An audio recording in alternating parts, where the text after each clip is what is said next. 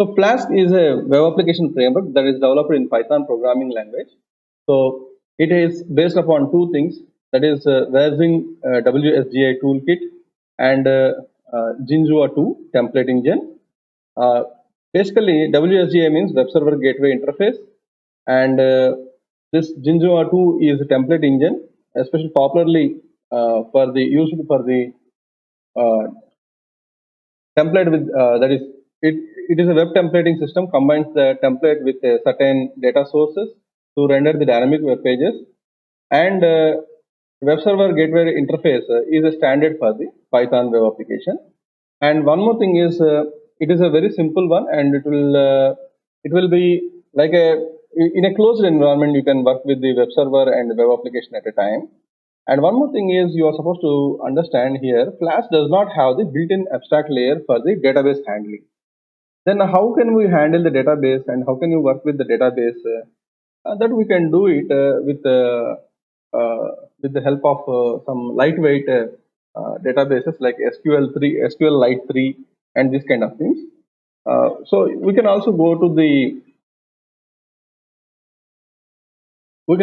its documentation, where this Flask documentation is available over the internet. So in which you will find a user guide, very beautiful user guide you will find here.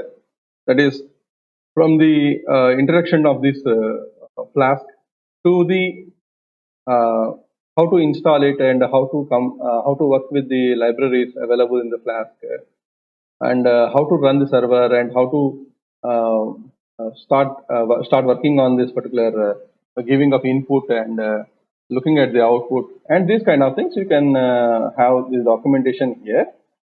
And how to work with the database, even though I told you just now that it don't have a built-in abstract layer support for the database, we can work with the SQL Lite 3 kind of database. So here is a documentation where how can we define the access, how can we define the data and how can we access the database. So the application will use SQL Lite database to store users and other things. So here built-in support for the SQL3 module is available with the Flask. So you can go through this the documentation. These links I will provide in the Google Classroom also. Anyhow, you can type in the Google also. You will find it. In order to use the SQL Lite 3, we need to install this SQL Lite 3 on the Python environment, like using pip install SQL Lite 3. Then this SQL Lite 3 modules will be downloaded and will be installed in our computer.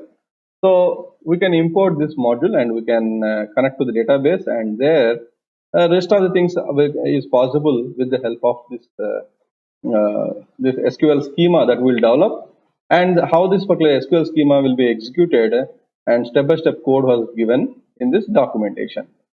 So this is related to the how to work with the database when you don't have this built-in support, when the Flask does not have the built-in support. But the Flask is not having the built-in support, but the extensions like SQL Lite 3 can be used for creating the databases and can work with the data.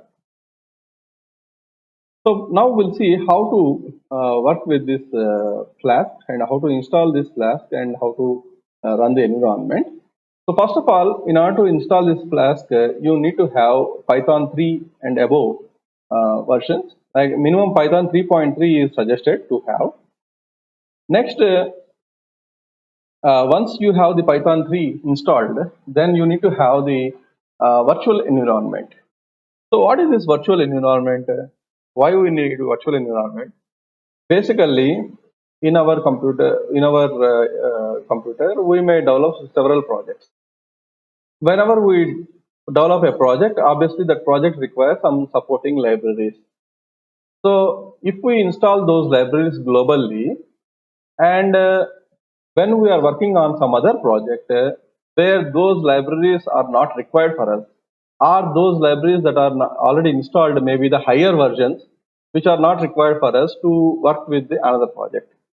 In such cases, when we are running the second project with lower versions of the libraries, then there may be a compatibility problem arise, or maybe some discrepancies may be arised in the programming. To not to encourage this kind of things or to avoid this kind of problems, we are going to make use of the virtual environment.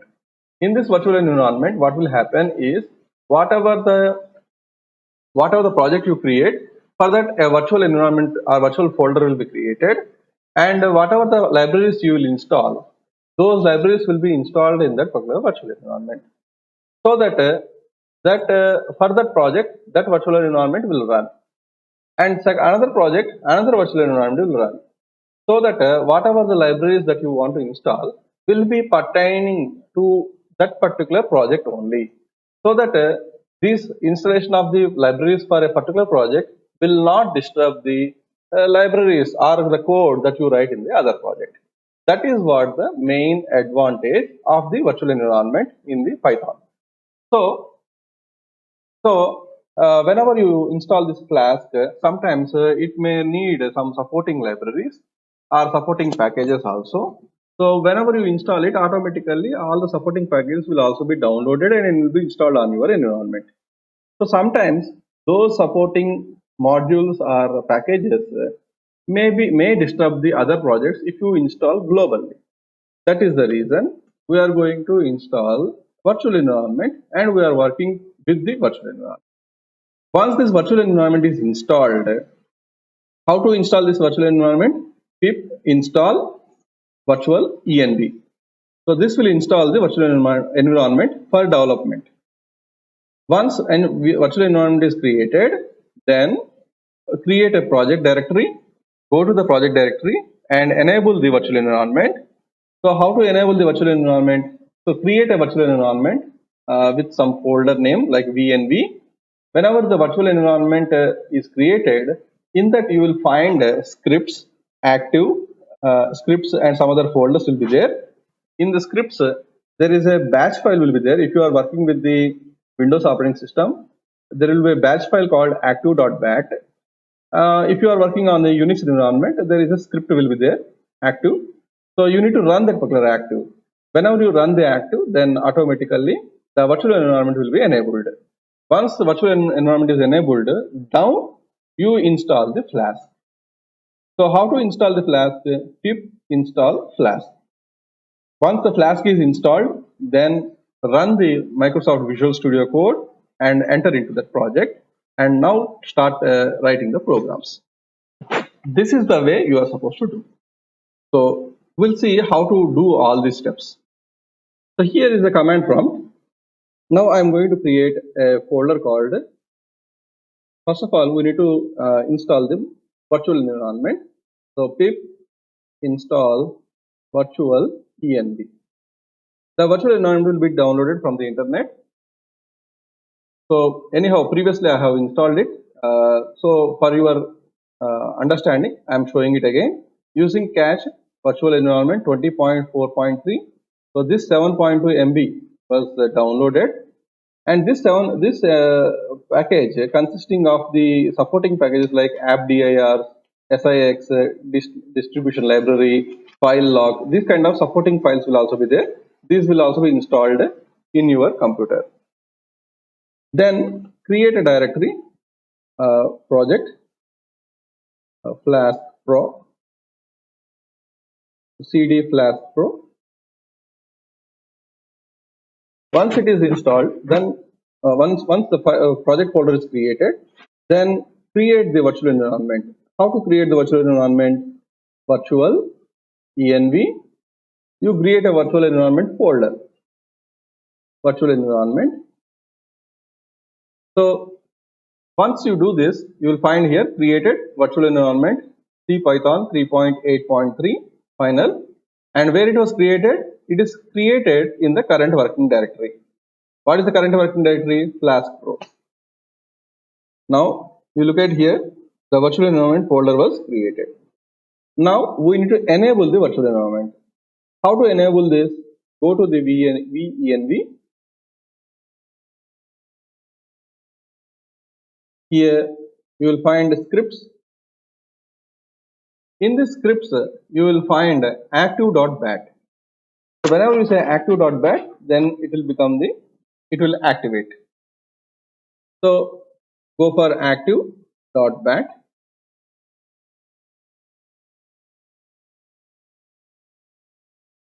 Activate.bat. Whenever the activate.bat was run, you look at here at the beginning of the folder, you will find EVENV. It means that the virtual environment is enabled. Now you can come back.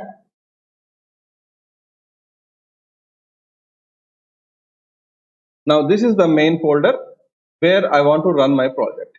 Now that will open the Visual Studio code space dot. That means your code is the command prompt which will run the Microsoft Visual Studio Code.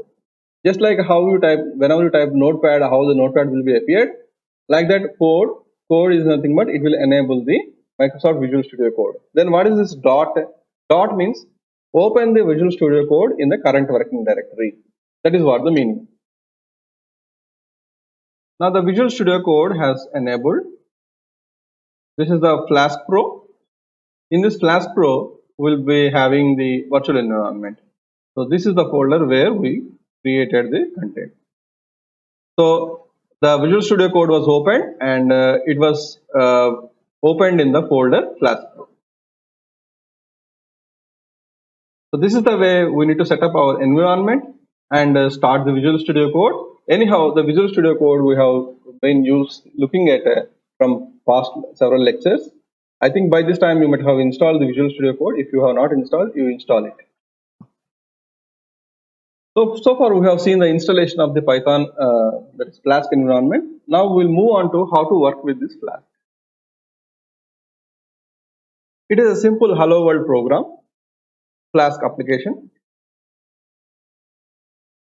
In order to work with the Flask application, the first importing is Flask library. From Flask, import Flask. So here capital F is the Flask module. Importing Flask module. Once the Flask module is imported with the help of this statement, now create the instance of this Flask via app is equal to Flask within the bracket underscore name. So an object Flask class is our WSGI application. Flask constructor takes the name of the current module, that is name, as the argument. Whenever we run this application, whenever we run this program, automatically a web server kind of environment will be generated, and that environment will be binded to the local host on the port number 5000. Previously, we have seen in case of Node.js, whenever we run the web server, by default, local host port number 3000 is the binding port. Like that, Flask application will use 5000 port number as the binding port and the local host as the host name. Whenever we run this Flask program and the web server is created, then we are going to mention what is the root folder. That means always the index.html and this kind of files will be placed in the main folder. That means whenever the domain name is typed, automatically the index.html will be appeared. Like that, the root is the one is showing that where you are in the particular web server. So the root function is a decorator which tells the application which URL should call the application function app.root. So now, whenever this program is run, automatically the local host 5000 will be created, the address will be generated, and that if the address is typed in the web page, then automatically what to be printed. So here define hello underscore world, return hello world. If name is equal to main, because this is the main function, app.run debug is equal to true. So here the rule parameter represents URL binding with the function, and here slash URL is bound with the hello world function. So this, whenever this slash is placed, that is localhost 5000 is entered in the web browser, then automatically this function will be executed. When the home page of the web server is opened in browser, the output of the function will be rendered. Run method of the Flask class runs the application on the local development server, and app.run of a host port debugger will be the one which is going to be run. Now, what is the host here? Host by default is localhost, or we can also say in terms of IP address it is 127.0.0.1, and port is 5000, and debug is false. Default is false. It should be set to true so that it will be providing the debugging information, and application reload itself if the code changes, and tracks errors. These are the advantages whenever you place it as the default debugging is set to be true. Okay, this is the way we are supposed to set the program. And we'll see one small program now, and we'll run this code and we'll see how this particular code will run.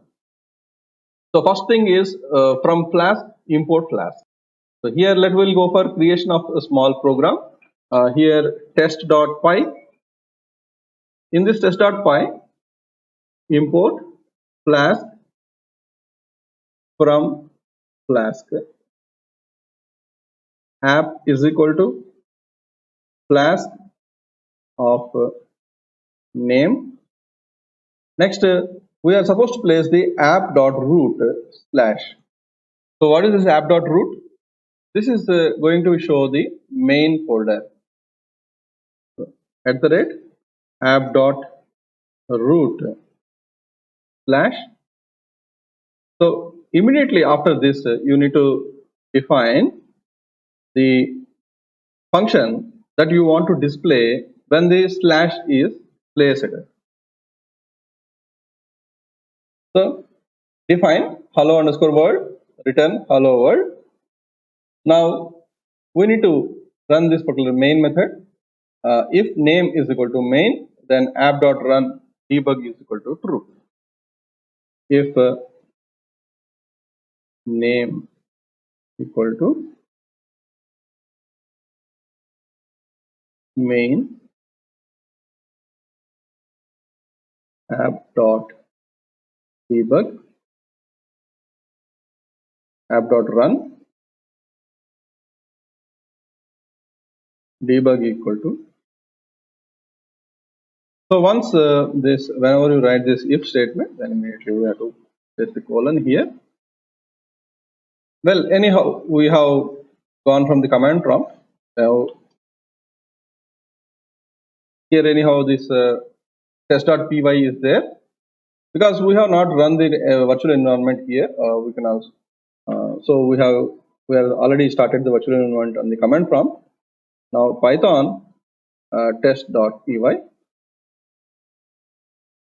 So import Flask from Flask.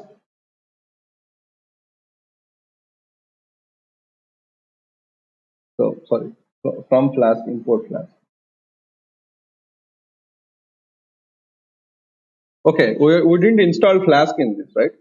So what we do is we'll go for venvint and cd scripts. Now whenever you see the cd scripts, you look at here, all the pip3, python, pydoc, all things will be created here itself. So what we do is pip install Flask. So the Flask module and its supporting modules will also be downloaded and installed on your computer. Once it is done, then we can make use of this Flask module. So we didn't set up the Flask module environment first. Directly we have written the program. That is the reason we got the error previously. So Python test.py. Now serving Flask app test, environment production, debugging mode is on, and restart with the start. So now that will go to the local host http ://localhost 5000 Now we got the hello world was displayed onto the screen. Now this is what the root folder. That is what the root folder we have placed here. Now, if I say this is client, if I say slash client, then this has to be displayed. Now, if you can observe the running on the things, and whenever I have made the change in the test.py, automatically changes were detected and restarting the stat, and again debugger is active and it is going on. The reason is we have placed debug is equal to true. That is the reason, even though a small change occurred, immediately the entire server will be refreshed and restarted so that the latest change will be appeared onto the screen. Now, if I go for refresh, then here you will find the not found. The reason is this is not the root directory where we have mentioned the function. So if I say client, then hello world will be printed. That means whatever the root you give, if the same root is typed on the browser URL, then the corresponding functions will be placed, functions will be shown, content will be shown there. So this is the way how the Flask works in the initial stages. So this we have seen just now.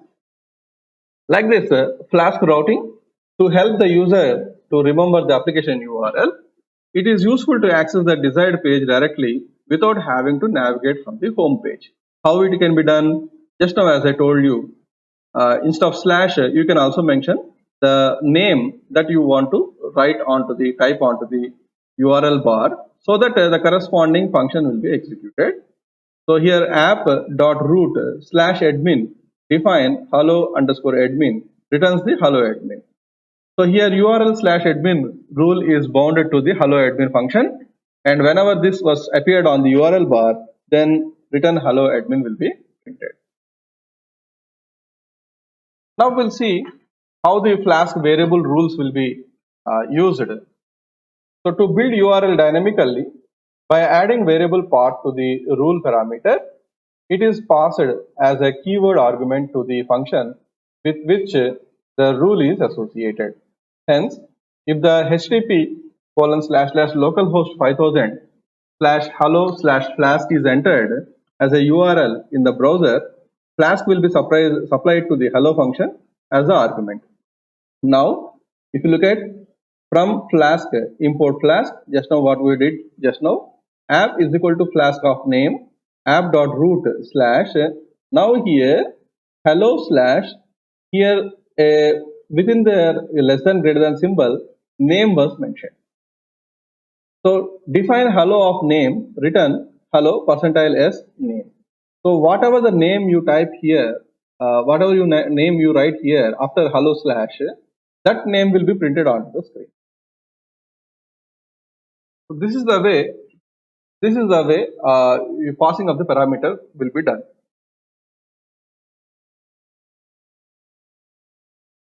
So here slash, and if I write name, and you are going to pass the parameter as the name, hello world, and we can say %s. So what is the %s here? The name what we write here, that will be placed over here. So the changes have been done and it was restarted over here. Shall we will give some space so that we'll come to know whether the things were affected or not. If you look at on the command prompt, now background refreshment is going on. The reason is we have set the debugging as true. So that is the reason the background refreshment is going on. Now if I press double click, so hello world client, because I have placed a slash client. So if I didn't place anything, then it will get an error, because we have written function which is taking the parameter. which is taking the parameter. So whenever we pass the parameter without parameter, it is not going to identify the path. So here slash Raghu. So welcome, hello world, Raghu. So this is the way the parameters will be passed and will be taken into consideration. Like that, passing of the integer values. How to pass the integer values? From Flask, import Flask name, and here slash block slash int colon post id. So here you are going to pass the post id. Post id is nothing but the integer type.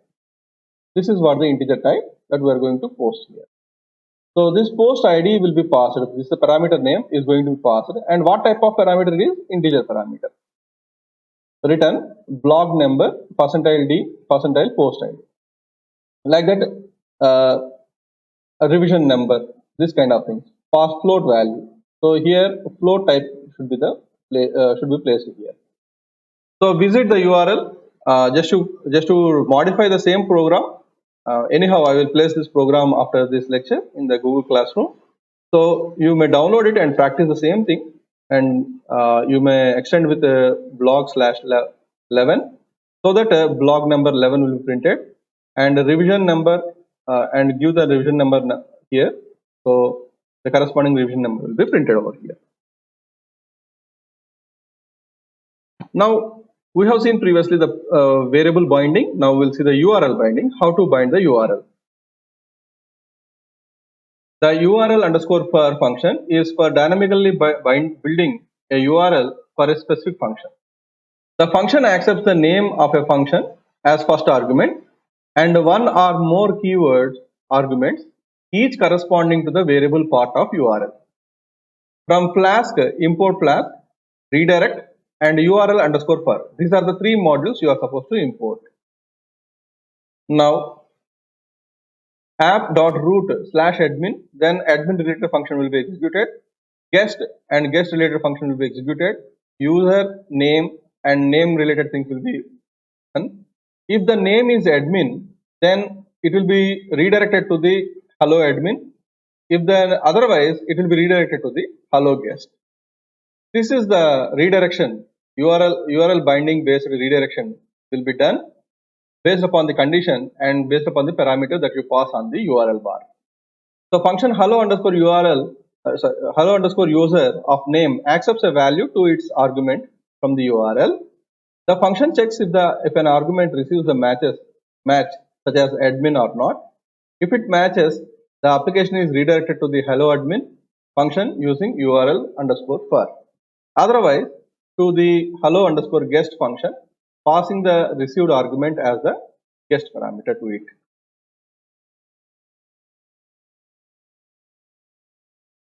So for that, for doing this URL redirection, we need to have the hello underscore URL underscore per as the function to be used for this.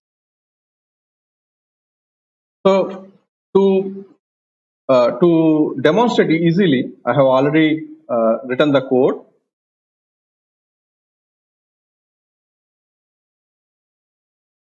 So what I will do is I will copy this code. So here is the app.py, in which you will find this variables and all, and test by URL binding. So here is the URL binding from Flask, import Flask redirect URL underscore per.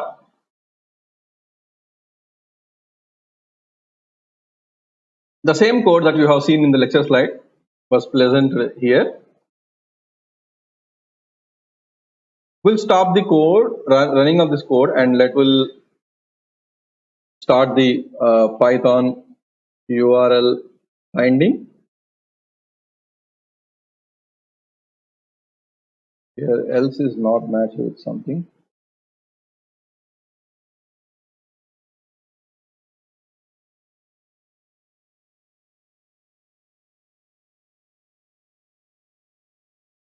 Now this was started. Now let us go to the running of things. So here URL was not found. Now whatever you type on the URL bar, based on that whether it will be redirected to the admin or to the other things. Admin. Now hello admin will be there. If it is not admin, then it is going to be printed like this. So hello admin will be printed here. And here instead of simply admin, that will say user slash admin, then it will be redirected to admin. If you simply user and enter, then here slash user slash guest, that will go for guest here.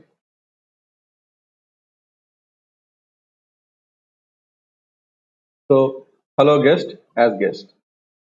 So this is the redirection that is possible with the help of this URL underscore per.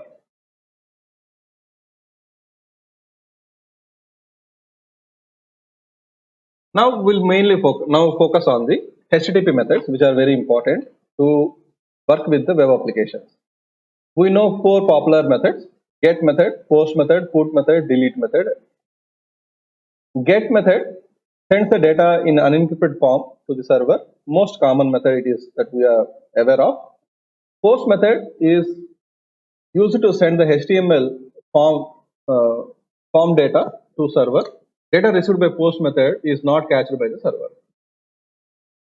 Put is used for the replacement of all current representations of the target source with the uploaded content, and delete is to remove the content.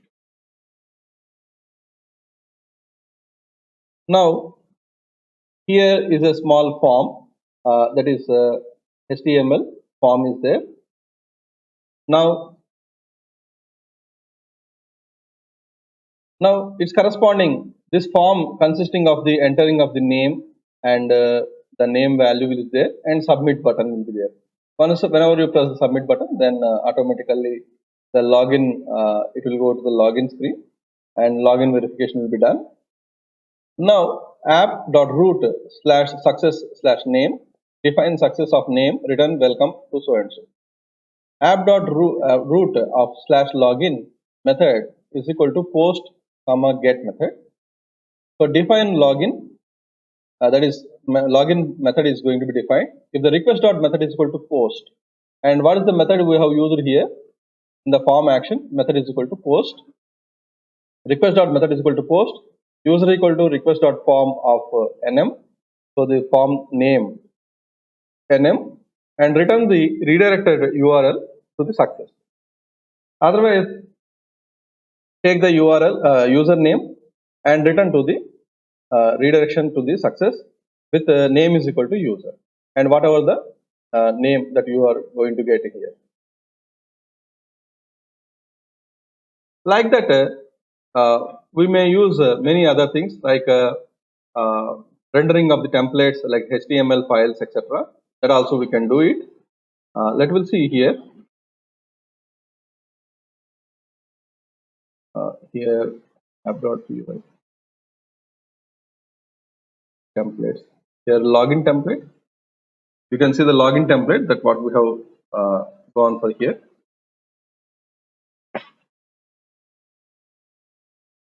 Login 1 result.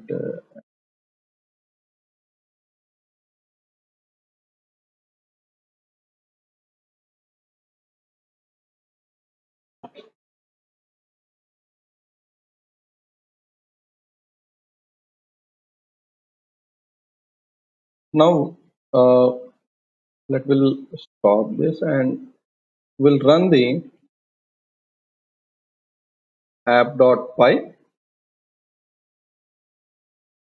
Once it is started, we'll go for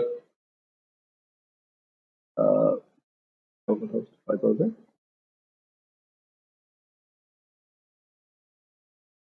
And here we've got the hello world.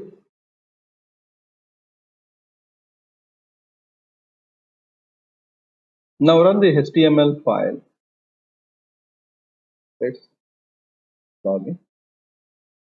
So here enter name Raghu and submit.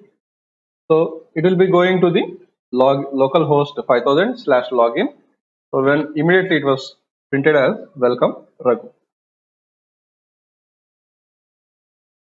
That is what the thing we have seen here, and also the same thing in by a post action, because directly went to the localhost 5000 slash admin, and there it is going to catch hold of the user name that we have entered, and immediately the corresponding welcome screen was displayed. And also Flask will try to find the HTML file in the templates folder, in the same folder in which the script is present, and you can go through the hello.html, that same thing just now I have shown just now, and it will render the template function. And sending form data to the template, how it will be done? Develop the HTML page. So here the HTML page was created here.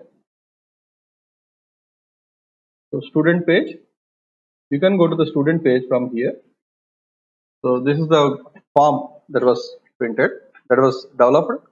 That form consisting of, if you visualize, is name, physics, chemistry, maths. So you are supposed to write the name, and physics marks, how many marks you got in physics, and how many marks you got in chemistry and math.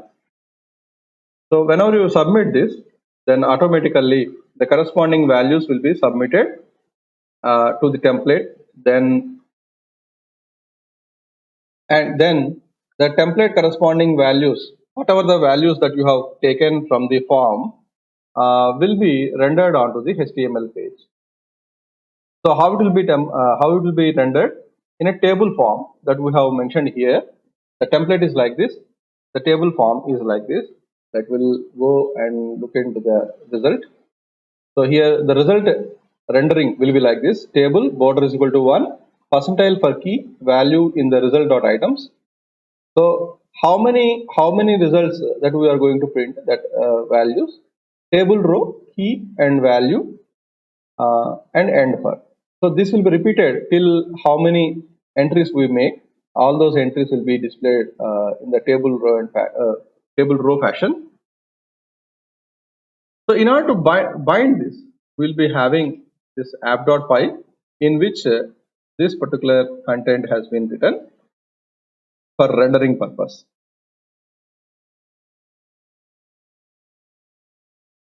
So define student, return render underscore template student.html. So what is the student.html? This is the student.html. And app.root slash result method post and get method. Define result. Request.method is equal to post. Result is equal to request.form. Return render underscore template. What is the rendering should be done? The rendering should be done with the result.html.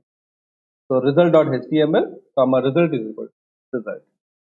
That means whatever the values that you have taken from the form, those values will be rendered wherever the percentile symbol was appeared in the HTML file. So percentile per key value comma value in result.items. How many results are there in the item? That count will be taken, and that many rows will be created with key and value pairs. Now we'll see here. Just submit. Then what will happen? Name Raghu, physics 80, chemistry 80, mathematics 80. So that means dynamically the row and columns will be generated with the data that you have entered in the form. This is what is called template rendering technique in the Flask. And please remember, whatever the key that you have used here, the same thing should be used. So for that, the delimiters will be like this. Percentile is for the statement, bracket open, bracket close for the expressions to print the template output. Hash symbol is for the comments not included in the template output. Hash and hash for the line statement. So this is the things that you are supposed to use for creating the templates. So this is the introduction to the Flask. So in this Flask introduction, we have seen how to install the Flask, how to set up the environment for the Flask, how to write a small program which will show the hello world, then how to change the folder directories, and then how to take the parameters and how to bind the URLs, and how to take the HTTP GET and POST methods and show onto the screen. Then from the form, how to get the values and how to render these data values onto the HTML file, such as student data, how we have shown onto the web page via dynamically by creating the row and columns. So these are the things that we have discussed in this lecture. And for more things, you are encouraged to go to the Flask documentation. And if you want to work with the database in the background, in the beautiful documentation is provided in the Flask documentation itself, you are encouraged to go to this and can practice and develop the programs.